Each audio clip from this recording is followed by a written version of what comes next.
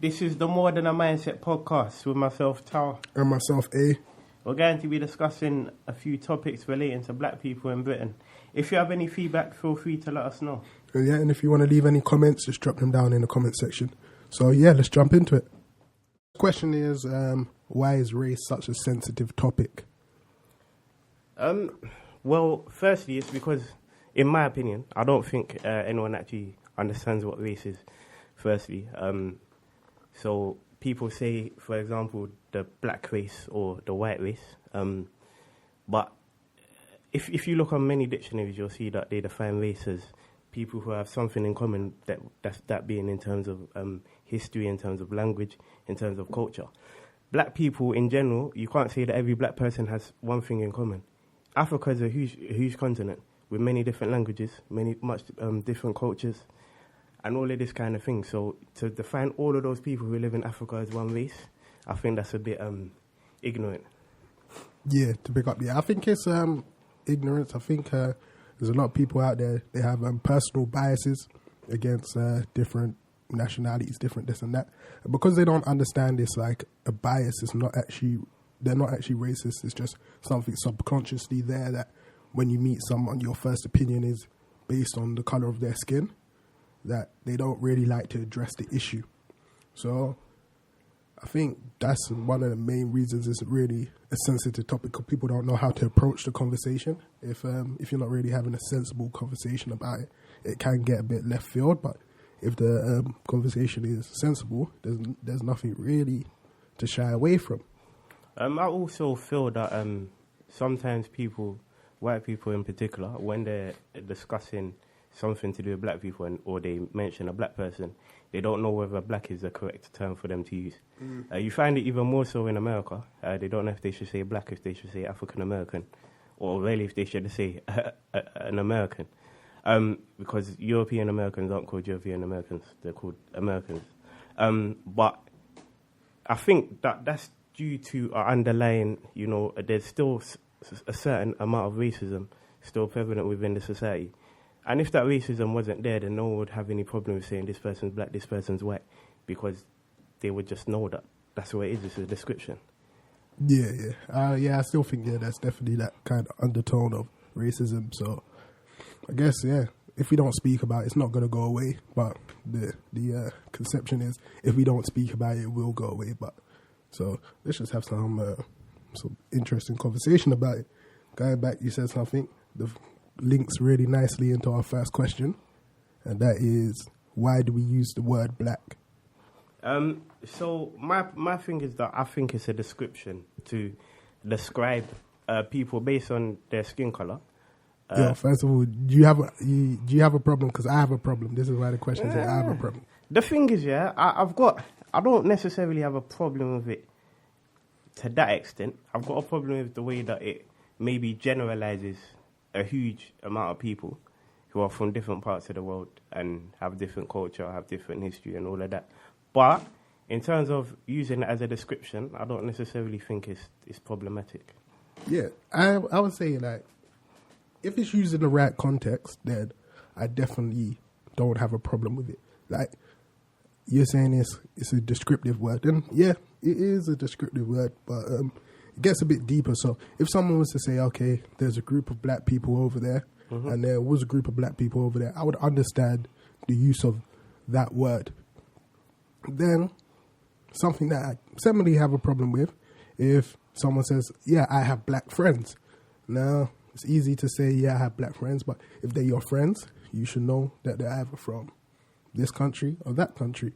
If they're from a range of countries, then you can easily apply you have black friends by saying, I have Caribbean friends, I have African friends. If you say, I have African friends, the instant thought in someone's head is going to be like, okay, their skin color is black. And they're going to take it as, okay, boom, she has African friends or he has African friends. Not, he has black friends, and associate stuff that doesn't really apply to that friends. But the one that I really have a problem with is, like, my friend John is black. What's wrong with that? Like, what's wrong with it for me? Again, coming back to them connotations that come with the word black. If that's your friend John in it, so you should know where John's from. So you're being lazy in it. You should just say, boom, John is from the Caribbean or John is from Barbados. Do you know what I mean? Because individually, John being black isn't the defining thing about his character.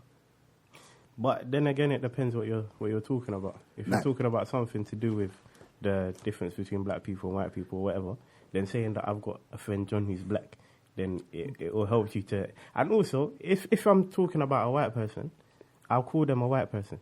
I'm not necessarily going to say I've got an English friend or I've got a Welsh friend or I've got a friend from Switzerland. Yeah, I'm trying to say, I'll just say a white person. See, now this is the thing now. I don't really think that's true. Because, like, the white or the Caucasian, even though that's the wrong definition, the white population, they have certain characteristics or they have certain luxuries that the black population doesn't have. Like, it's very clear in this country, if you're speaking about someone from Poland, yeah, the majority of the time you'll call them Eastern European. You won't call them white. If you're talking about someone from Switzerland and you're describing, not Switzerland, from Sweden, you call them Scandinavian. You see, you call someone Mediterranean. Like, all of these people, they're female, typically they're white. But when you speak about individual people, that you give them the luxury of saying, right, he's Eastern European. Whilst I hear that, yeah, we have to understand that we're not living in a country where black people are originated from like that. So it's originally it's a Caucasian country, yeah.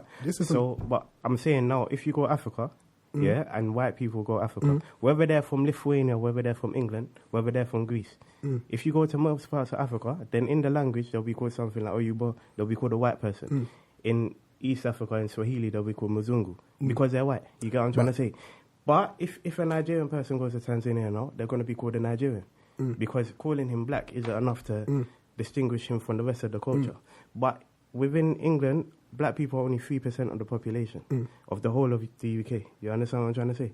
So if you say that someone's black, yeah, I don't think that it's necessary to distinguish every single time in every single instance like that because we're not from this country originally. You get what I'm trying to say? So when like, I was speaking to some people in the barbershop about this, like when they came over here from Nigeria, they forgot, boom, that white people all white. They conceptualized and said, all right, actually there are white people from all around the world. When we was in Nigeria, where there weren't many white people actually in the country, it was all right to have that kind of thought process. But when I've come here and I've seen that there are people from all around the world, I then myself thought, okay, you know what? I should really start defining, innit? So when someone says to me, you're black, yeah, they only mean like the color of your skin. They're starting to associate stuff that are traditionally Nigerian or Ghanaian with my Jamaican heritage. So I understand on a descriptive level, but on a personal humanity, knowing your brother level, you should want to know the differences between people from this region. Like you want to separate your English heritage from someone's French heritage. If I said all white people are mass murderers because of what the Germans did, people ain't having that. But if you say all black people like hip hop, it's like, all right, cool. But then that's a different problem in my opinion, because that's to do with the connotations surrounding the word black, rather than necessarily the word black itself. No, it is to do with the connotations, but it's to do with the mindset that people are arrogant to say, do you know what, actually I don't need to define. All I need to know is this is not his native land, so I don't need to know nothing more about him. He's black, he's not from here, I'm not going to do the decency of learning a bit more about him. That's what it's about for me, innit? Because everyone else, they get that freedom, they get that courtesy to say, actually, you know what, you are from a Pacific region. I think on that point we're going to have to agree to disagree. Yeah, definitely. The next point we thought to discuss is there a black British culture? What do you think about that? No, wait, jumping ahead though. I think next point is black a race or a culture?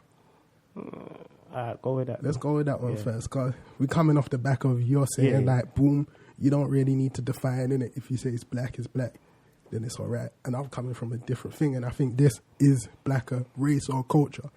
Actually puts the previous argument into some context. You want to go first? You want me to go first? Fine. So I would say that black is black in it, and culture is culture. So there is black is a race, isn't it? Or it's not even really a race, but in context of the two questions, it's a race, isn't it? Because the reason I say that is because there is a culture out there that is heavily influenced by African and Caribbean cultures, yeah?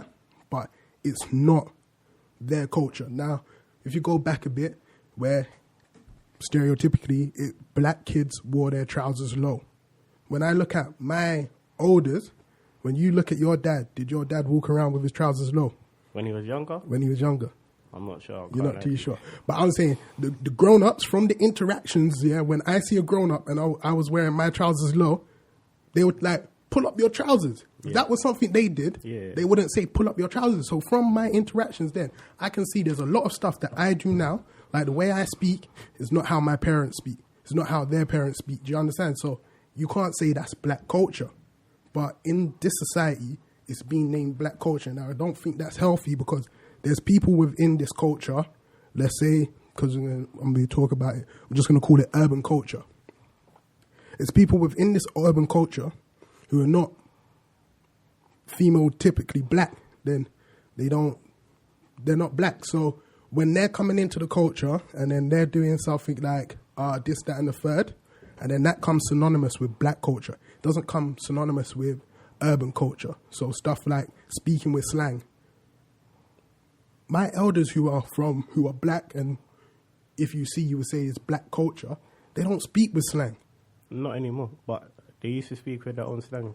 Maybe I think that's an American thing. In America, in England, I think in America they might speak with their own slang. Now, I'm saying a Jamaican coming over here and speaking how Jamaicans speak, yeah, is not them speaking with slang. That's them speaking with dialect. I agree with that. But we speak slang that people from London speak, people from Birmingham speak, but back when they first come over, people in London speaking dialect, it was the same dialect that they spoke up in Birmingham or they spoke in Manchester.